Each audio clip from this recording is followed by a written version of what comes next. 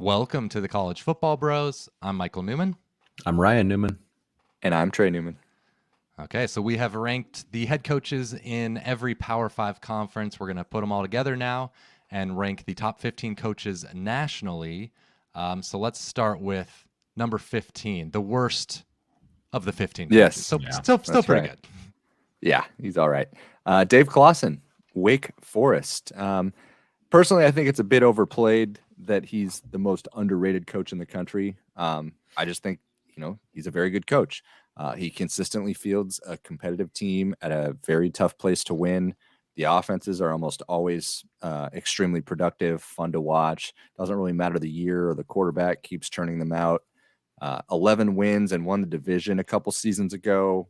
He won the ACC Coach of the Year. He's produced some NFL talent. They've made 7 straight bowl games, which is obviously unprecedented at Wake.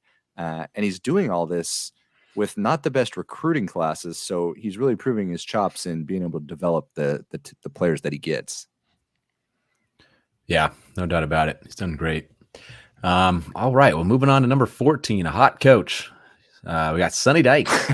You know what I meant. TCU. So, yeah, exactly.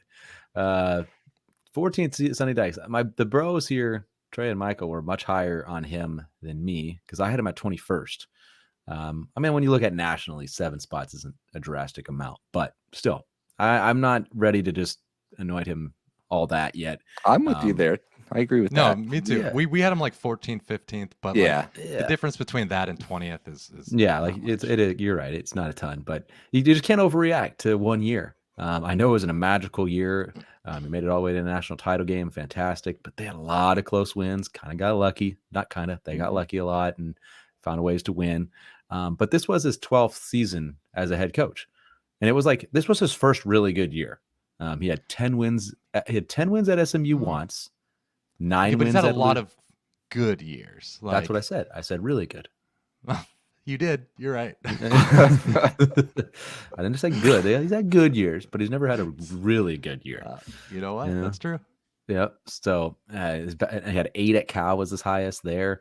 So there was nothing great up until this season. This was the first one. So 11 years of a track record compared to 1. I really got to look more heavily at the 1. at the 11. Sorry.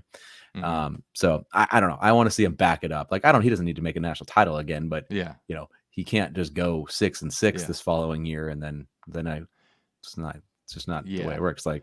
We've seen coaches have one magical year and they fall back. Yeah. And he wouldn't have been I'm actually surprised. Before I went into the rankings, I wasn't expecting him to make our top 15. Just because I kind of have the same attitude as you. We have seen a lot of years from him, but those years were, like I said, good. So that's why he did make the top 15, right? If it was just this year followed by kind of a previous 11 years of average. Wasn't good. Okay, honestly, when you look at before and after, it wasn't bad, but that was his worst tenure. But Louisiana Tech was great. It was good. It was very good. I would say very good. It's a lot of consistency. SMU was very good. His tenure there was very good. I don't see how you can't say that. June Jones had some pretty good times. It wasn't like it was amazing. He only won 10 games once. And okay, that's a pretty high bar. All right. But we're talking about top 15 national coaches here. You had him 21st. All right, the difference between 21st and 14th. Yeah, there's a lot of guys that nothing with this list. All right, number 13, we have Kalen DeBoer at Washington.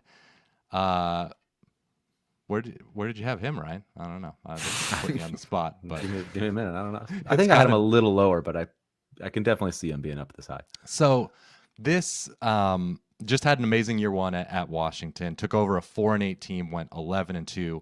I think this would be too high, kind of like with Sonny Dykes, if this were just based on 1 year. If it were just based on what he did this, because it's 1 year. It was a great year, but it was 1 year.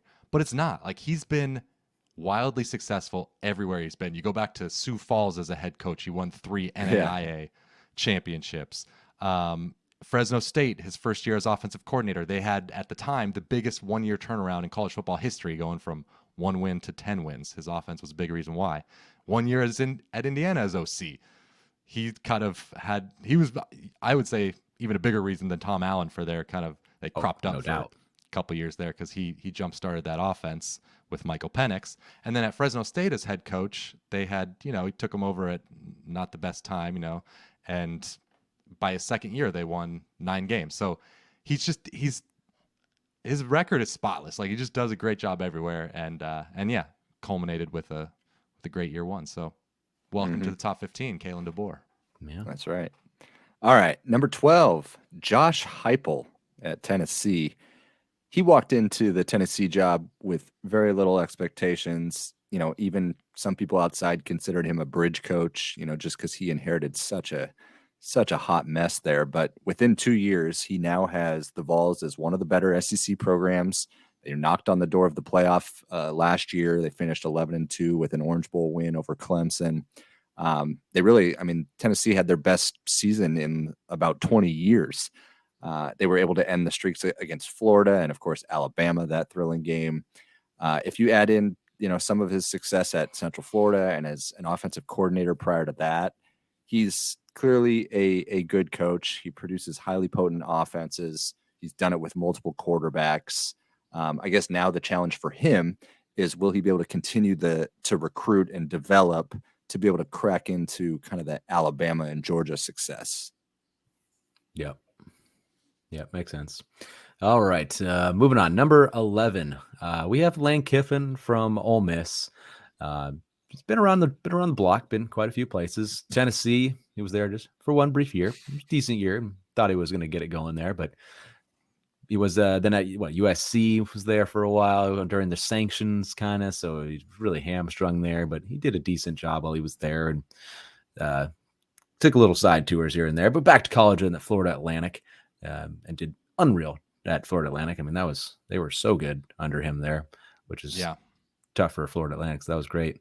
And then he's done really well at Ole Miss. I mean, he's just, maybe he hasn't had an elite team there, but he did win 10 games in a regular season, and he's just kind of got them at a nice level. Like, they're going to be good, and maybe they're not going to be elite, but they're going to have winning seasons. They're going to have opportunities to, make some good bowl games. I wish he could take a jump in the recruiting, because I think that's kind of where he's maybe there. The ceiling is a little on him there, because he's finished 15th and 21st the past couple of years.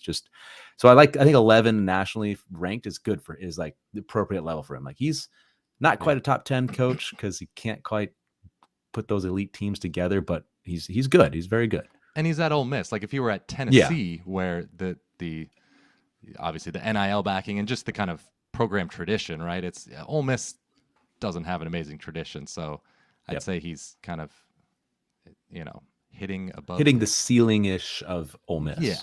Yeah. Okay, we have, what number are we on to? Number 10. Oh, the top 10. Luke Fickell of Wisconsin has. I'm in the top 10, Roger. Yeah, exactly. He did an A+ job at the highest level of G5 in Cincinnati. Ryan. Can you hear Ryan that? Take a big gulp. Ryan's just guzzling. I'm just parched tonight, man. See it on camera. The very end of the last episode we recorded, like, great episode, everything's going great. I'm closing it out. I'm saying thanks for watching, everybody, and Ryan goes go, go, go, with like ice. Why do you fill it? Why do you have ice water on recording day? You could just have it just flat. It's hard not. Or one ice cube. Cold water, man. One ice cube. What does that do? Might as well have nothing. It doesn't make the noise. Doesn't make the noise. Well, I thought I was a little more discreet. Sorry. I went like sideways. It was just the visual. Okay. All right. So then maybe the podcast audience didn't even hear. Hey, people got a drink. Yeah. That's true. It's no biggie. You certainly made a biggie out of it. It was just funny.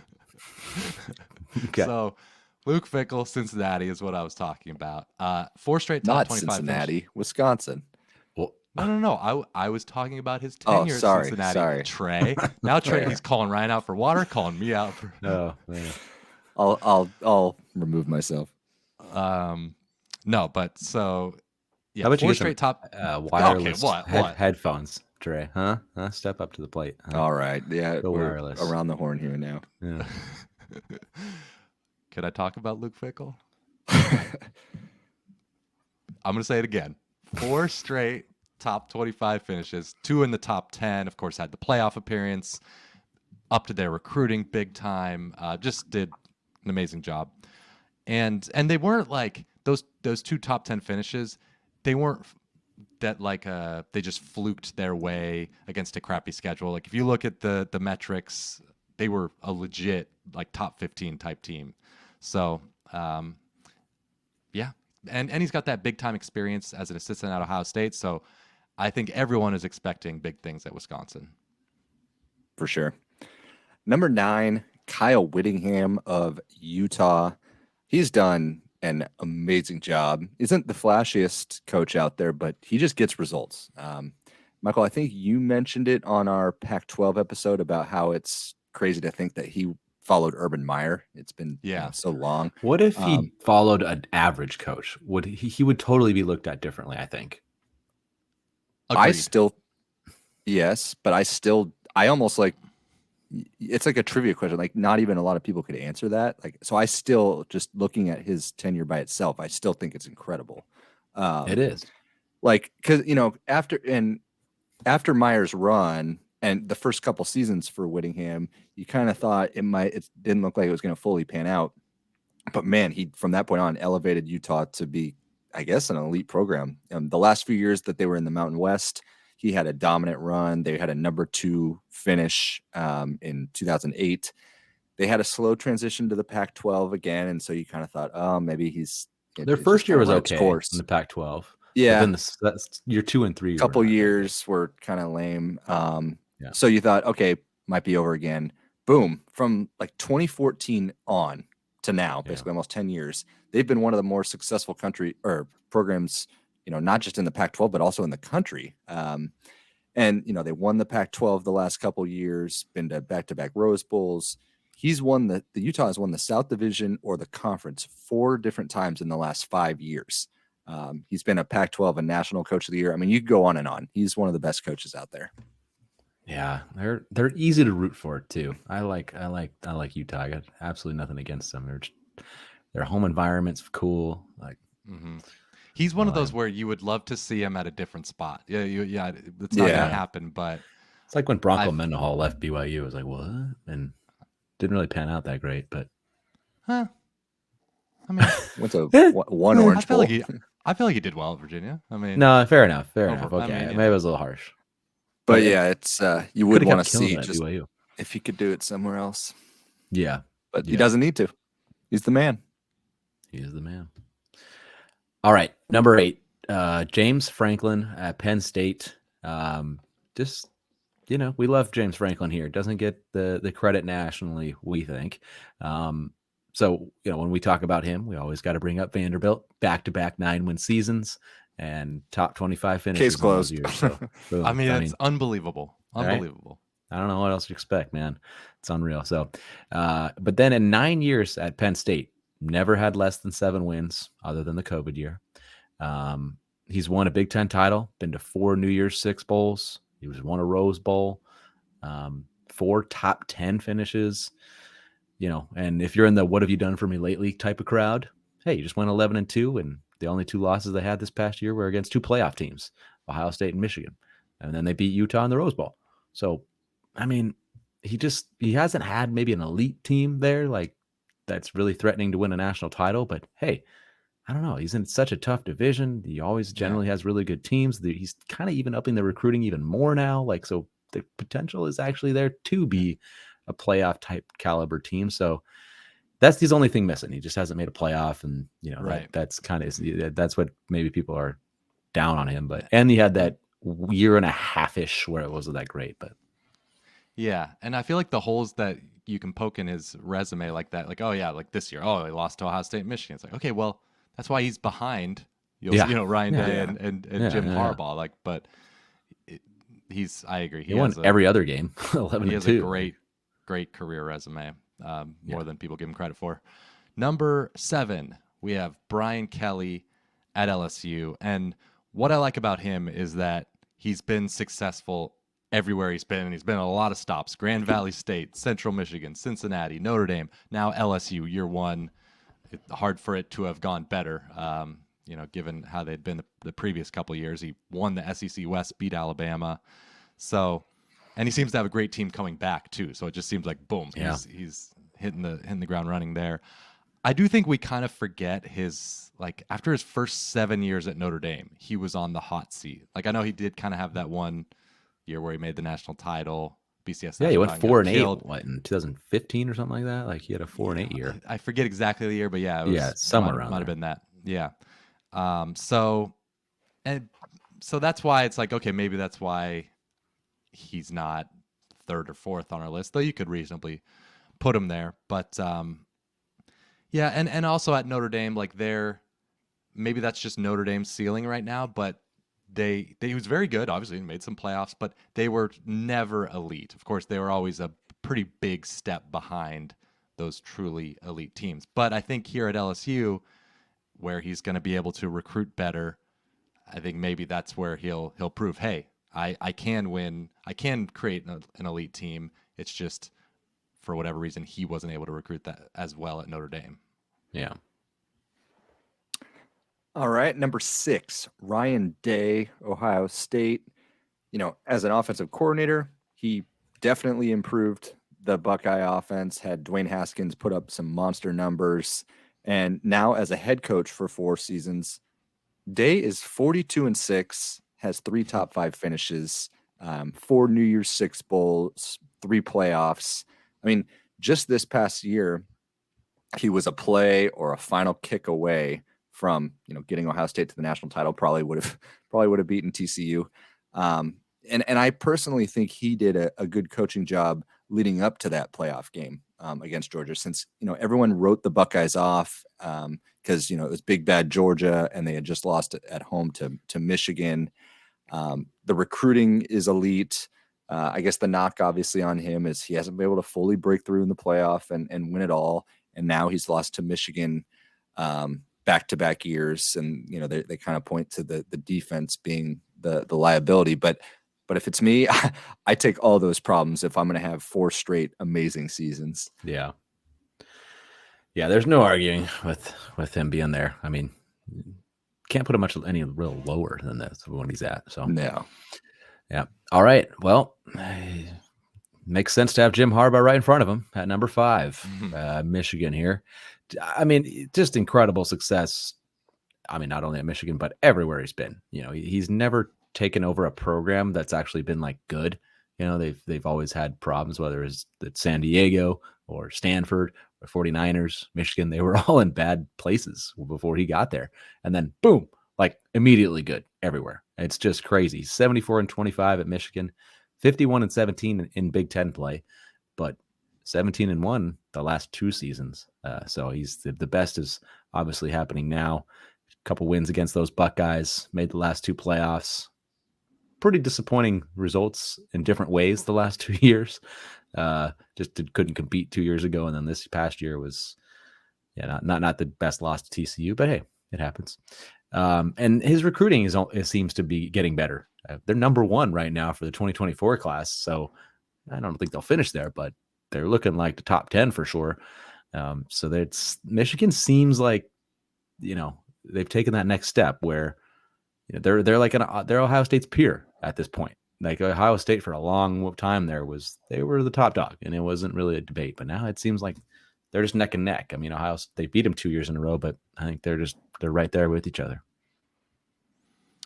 Okay, number 4, we have Dabo Swinney of Clemson, and based on his accomplishments over his career, he would probably be like second if you were only looking backwards. But he's dropped slightly the past few years, 2 straight 3-loss seasons. The offense has been struggling, and he just never addressed it, or at least yet in the transfer portal. It's just clearly they could have used some receivers the past couple of years. They could have used some offensive linemen, and just nothing.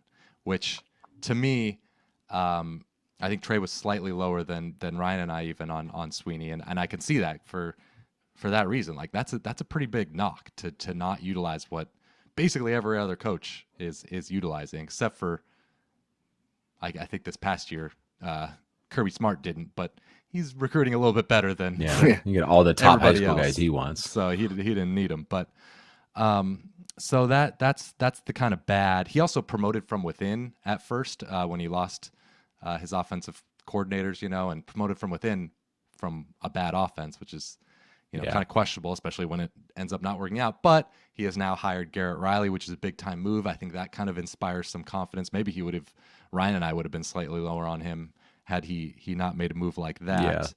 But I kind of sound mostly doom and gloom here, but still 12 straight double-digit win seasons, and of course him building Clemson into, at one point kind of toe-to-toe with Alabama is pretty amazing. Maybe the ACC favorite again this year, right? So Florida State, I think it's close. It's close. Yeah, they're co-favorites. All right, number 3, we have got Lincoln Riley of USC. And, he's similar to Ryan Day in that he inherited a very good situation when he was at Oklahoma after Bob Stoops. But you have to remember, just like Day, Riley helped improve Oklahoma while he was the offensive coordinator there. While he was the head man at Oklahoma, never had worse than 2 losses. All 5 seasons finished in the top 10. Then at USC in year 1, after inheriting a 4-8 team, he flips the roster, won 11 games, and if Caleb Williams doesn't get hurt in the Pac-12 title, they might have gone to the playoff. He's also coached. This is just kind of like an asterisk. Oh, by the way, he's coached Baker Mayfield, Kyler Murray, and Caleb Williams to Heisman trophies. Jalen Hurts finished second. It's just a ridiculous run. Took Joe Burrow's magical year to hold that off. Yeah, exactly. Now he's starting to really pick up, the recruiting at USC. Like, it's Riley. He's done wonders. I mean, and he's awesome. No doubt about it. I'm jelly, Michael. I'm jelly. I'm a USC fan, so yeah, I'll take it. Yeah. All right, moving on. Here we go. Yeah, here it is. If you watch the SEC episode, you already know where this is going. Yeah, you already know where exactly. Well, maybe we change number 2, we have Nick Saban at number 2, and Kirby Smart's going to be the top guy. So I'll you want to take Saban, Mike? You take Saban. You were the Saban guy. I was gonna try and really advertise the show, direct them to watch the SEC video on our channel, but I had quite a dilemma. Yeah, you should. We had a nice little debate. I'll give an abbreviated, I guess, argument. I'll try to remember. He's Nick effing Saban. That's basically what my argument was. But I don't have the stats in front of me, but it was something like, what is it? 15 straight top 10 seasons. Most of those AP top 5. 10. Okay, what? Coach's poll finished 11th one year. Oh my God. He sucks. Just saying. No, but it's just been an unbelievable run, 6 national titles, and I know the last 2 years Georgia has been better, right? But so that's basically what I mean. Kirby was also really good before that, but 2 years ago, no one had Kirby ahead of Saban. It was not even a debate. So it's kind of these 2 years, and I just don't think that's enough to erase the incredible longevity, switching coordinators both sides of the ball so many times, rules changes in college football, transfer portal changing, and Saban just adjusts and is always great, still recruiting at an elite level. And I felt like there was one more. I gave a big like I had a really good point coming, and I was hoping and you'll have to see it in the SEC episode. No, what was I going to say? I was going to say something really good. I don't know. Ryan, you make the case for Kirby because I'm forgetting. It's relatively easy for Kirby. He's won back-to-back national titles. So, Saban did that once, right? And that was pretty early on-ish. So, maybe Smart can't do that again, but it's a what have you done for me lately type of thing. Like Smart has kind of proven himself here, and he's got 2 years in a row. Listen, Saban's fine, and maybe Bama will be better than Georgia in the next 2 years, and it'll flip again. But Saban is going to be turning 72 years old, which there's some concerns about that. And maybe Bama though this year, like there's maybe some kind of like Oh no, yeah. This cracks in could the become, armor a little bit. Like, I made that fervent case for Saban. I do think it's very close. And yeah, if Bama, which I'm not super bullish on Bama this coming year. So yeah, if they go yeah, 10-2 and Kirby throws up another 12-0 or something like that, then yeah, I might flip as well. Bama has questions. Like, Georgia does too, because they lose Stetson Bennett and whatnot. So you're not sure there. But like, I mean, Georgia's defense is going to be lights out, but Bama's offense, like, who's going to be the quarterback? Are the receivers going to be good enough? It feels like it's been a long time since there's been, I mean, this amount of question mark from their offense. It's just been such a great run of like, oh my gosh, even before you saw Bryce Young, you knew it was like, okay, they're going to keep it going. But there seems to be a little more concern, especially after they took Tyler Buckner from Notre Dame. It's like, what? But we'll see. I do remember the point I was going to make. Not as good as I thought, but it was that Kirby, like Georgia right now, their program is better, is in better shape. Like they're right now better than Bama, but that can ebb and flow. So I don't think that's necessarily means Kirby's the better coach. But all right. Oh yeah, no doubt. We have the top 15 overall here. Trey, we'll let you jump in here. What anything stand out to you? I personally, like, when I look at this, I think the top, say, 12-ish is pretty easy to compile. I don't think you'll get too. I mean, obviously you could argue some of the order, but not too much. So as in context, like in order to make this top 15, we each made a top 25. I don't know if you mentioned that, Mike, but to kind of average it out to the top 15, it was so difficult for me between, say, like 14 to 25, as I could make a case for so many different coaches. If there's any snub, and I don't think this is a snub, but the only coach that was on my list that wasn't included in this was, I had Lance Leipold. Not, like I said, not concerned he's not on the list, because I could have made a case for a lot of guys, but I liked Leipold because of what he did at, obviously Wisconsin Whitewater, but he made Buffalo, a really bad program, good. And then what he did in his second year turnaround at, what everyone thought was impossible at Kansas. So, but I'm not going to shout from the rooftops that he should have been here. Yeah, I still have Mario Cristobal in my top 15. Maybe some people will scoff at that, but I don't know. I'm trying not to overreact to 1 year, because I had a pretty high opinion of him before this past season. And but yeah, I think to me the top 10/11 maybe was pretty clear as far as who's there. But I don't know, like Josh Heupel, we are basing a lot off of 1 year. I like him. Yeah. I'm bullish on him. I had him in my top 15, but I'm not. I could see that there's more variance to him. Like, right? If Tennessee Lane went Kiffin's 7-5 way more proven. Yeah, exactly. If Tennessee went 7-5 this year, suddenly you're like, whoa, I really gotta. And it wouldn't be pull that back shocking if they did. on Tennessee. Right. So yeah, but that top 10 I feel like is pretty strong. Yeah, I was looking at it as by conference. So you got 5 SEC coaches, 4 Big Ten, 3 Pac-12, 2 ACC, and 1 Big 12. So it's funny how it just went 5, 4, 3, 2, 1. But Big 12 with only 1, Sonny Dykes. It's tough. That was because we all had different number ones in the Big 12 rank, because there was just so many that were. They probably have a lot in that like 30 to 40 range or something. Their problem is there's not like 1 dominating or 2 like clearly. No. If you go back a few years, you had Lincoln Riley was going to be clearly up there. So it's just, they were always there's a bunch of good coaches there. Maybe not elite at this point, but I had Jimbo still in my top 15, and I have Jeff Brom at 15. I am super high. I love Brom. I'm super high on Brom. Mark my words, man. He's going to do super well at Louisville. So I agree. But the thing is, go ahead, Mike. Good. Well, I was just going to say that if you look at the top 15 here, there are, let's just say for 15th, there are 25 guys you could probably make that's what I argument. PJ Fleck, Kirk Ferentz, Hugh Freeze, Jonathan Smith, Mark Stoops, Chris Kleiman.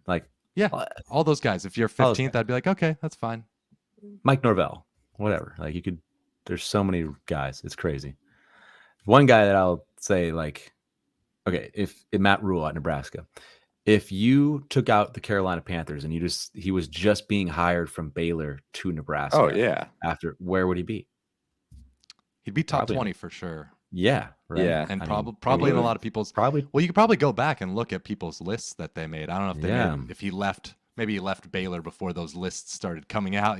But Right. yeah. But it's like he was so highly thought of after that, Baylor really, really good year. So, like, it's interesting to think about. Just NFL. We've seen those NFL tenures maybe not work out the greatest for like Saban come back, and it doesn't mean they're not going to be great back again at college. So, it's just interesting like keep that. the faith, Ryan. There's a reason that you could put even a guy like Rule there.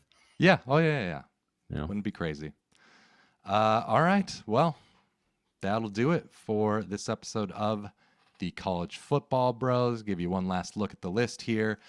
Be sure to subscribe to the podcast and the YouTube channel. We have content all year round. Later in the off season, we're going to have our quarterback rankings. So we would appreciate your views on that. Give us a thumbs up. Leave us a comment below. Man, I'm asking a lot, and we will see you next time.